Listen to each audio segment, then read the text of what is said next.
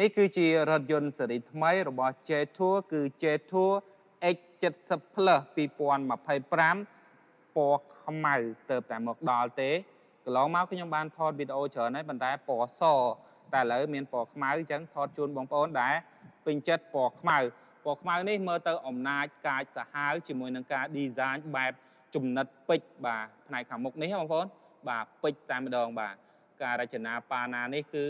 ស្អាតខ្លាំងជាមួយនឹងក្រូមេបែបនេះមើលទៅគឺដូចពេជ្ររំលេចមើលទៅគឺស្អាតខ្លាំងមែនទែនបាទជាមួយនឹង daytime running light ក៏ដូចជាភ្លើងបំភ្លឺពេលយប់ហ្នឹងគឺជាប្រភេទគុជ2គ្រាប់បាទហើយចំណែកបាទភ្លើង fog lamp វិញនៅផ្នែកខាងក្រោមនេះចំនួន4គ្រាប់ឯណោះ sensor វិញ2គ្រាប់បាទហើយខាងមុខហ្នឹងក៏មានកាមេរ៉ាផ្នែកខាងមុខផងដែរបាទហើយនឹងមានអក្សរ Jetour នៅផ្នែកខាងលើនេះអូរូបរាងស្អាតអំណាចពណ៌ខ្មៅស្អាតកាចហើយមើលទៅគឺបាទអែមខ្លាំងមែនទែនបងប្អូនហើយចំពោះបាទកញ្ចក់មើលក្រោយមានកាមេរ៉ាមួយគ្រាប់មាន blind spot monitor ក៏ដូចជាបាទមានយ៉ាន់ទំហំរហូតទៅដល់បាទ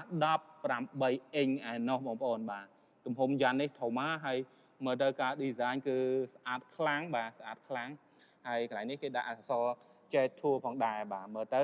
ប្រណិតថែមមួយកម្រិតទៀតហើយរថយន្តនេះគឺជាប្រភេទ SUV ដែលមានការ design ស្អាតខ្លាំងបាទឥឡូវយើងមើលផ្នែកខាងក្រោយតិចទៅបាទផ្នែកខាងក្រោយនេះបងប្អូនមានការ design ស្អាតជាមួយនឹងបាទអំពូលប្រភេទបាទទ្រវែងពីឆ្វេងដល់ស្ដាំតែម្ដងបាទហើយខាងក្រោយនេះដាក់អក្សរថា X70 Plus មាន sensor 4គ្រាប់មានបំពង់ស៊ីម៉ាំងរហូតទៅដល់4បាទហើយមានកាមេរ៉ាផ្នែកខាងក្រោយអក្សរ Jetour ហើយភ្លើងនេះស្អាតណាស់បងប្អូនភ្លើងបាទឥឡូវយើងចូលទៅមើលផ្នែកខាងក្នុងតិចមើលបាទនេះផ្នែកខាងក្នុងវ៉ាវអូស្អាតណាស់បងប្អូននេះមើលការ design មើលទៅកប់មានភ្លើងទៀតណាបាទពណ៌បែប cherry មើលទៅកប់ហើយខាងក្រោយនេះអាចអង្គុយបាន3នាក់មកទលាយបាទ SUV 5កៅអីចេះស្អី7កៅអីបងប្អូន7កៅអីខ្នាតទូចណាបងប្អូនហើយចង់បានខ្នាតធំមានមួយប្រភេទទៀតគឺ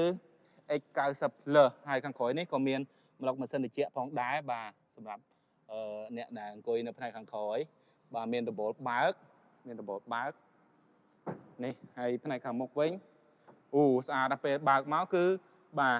កៅអីនេះរត់ចេញមកក្រោយតែម្ដងឲ្យយើងងាយស្រួលក្នុងការចូលរថយន្តបាទហើយមានបាទកន្លែងនេះស្អាត